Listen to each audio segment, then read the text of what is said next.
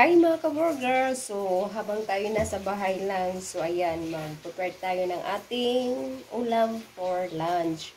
So, magluto tayo ng ginataang gulay with hipon. So, ayan mga ka-members, mga ka-burgers. So, prepare na natin ang ating mga gagamitin. Tara na! Samahan niyo ako sa kusina! Ating mga ingredients. Ayan, may squash, sili, sibuyas, luya, hipon, and then gulay. Habang ako'y nagprepreto ng tilapia. Ayan ang ating tilap partner natin sa ginataang gulay.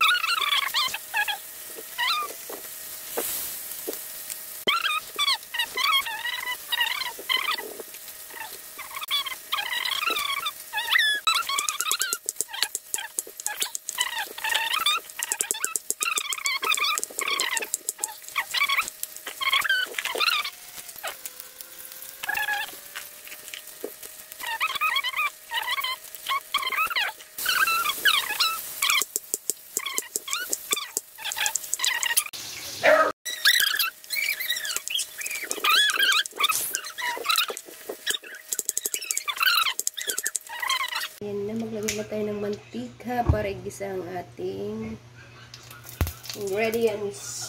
Igisa na natin ating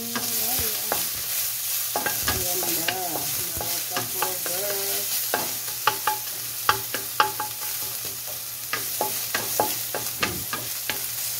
Ayan na po siya, and then sibuyas. So, lang ginamihan ng mantika.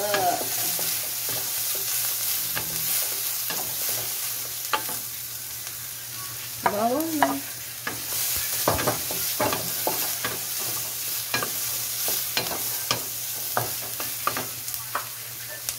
At gulay na next. Gulay. Suhurin na natin ang ating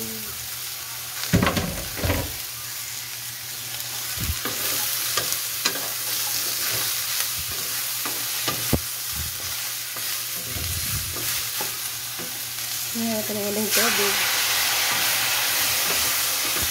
At unang gata.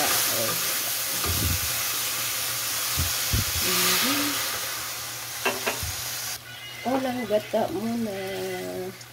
Ayun. Lagyan muna natin ng asin. And then, paninta. Gusto ko maraming paninta para masarap. Ayan ang mga ka-burgers. Mamaya na natin lagyan ng ating hipon dahil madali lang yan. Madali lang siya maluto. So, pakuluan muna natin siya ng ilang minuto para lumambot ang kanyang gulay.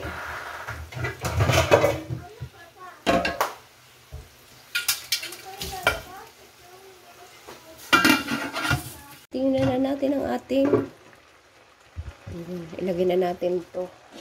So, ilalagay na natin ang ating kasi madali lang siyang maluto. Ayan na mga ka-burgers. Tapos maya-maya lagyan na natin ng gata. Second gata. Pwede natin haluin. Ayan.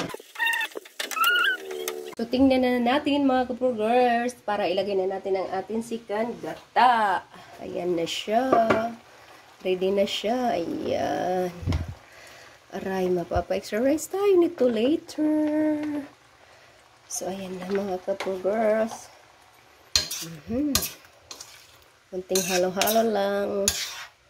Ayan, yung sili optional lang yan. Hala, mapapa-exercise tayo nito. Ayan na. Wow. Tapos, paparisan mo to ng pritong tilapia. Wow, delicioso mga ka-burgers, mga ka-members. Oh yeah. Kumukulo siya ng todo para maluto ang kanyang gata. Ayan na.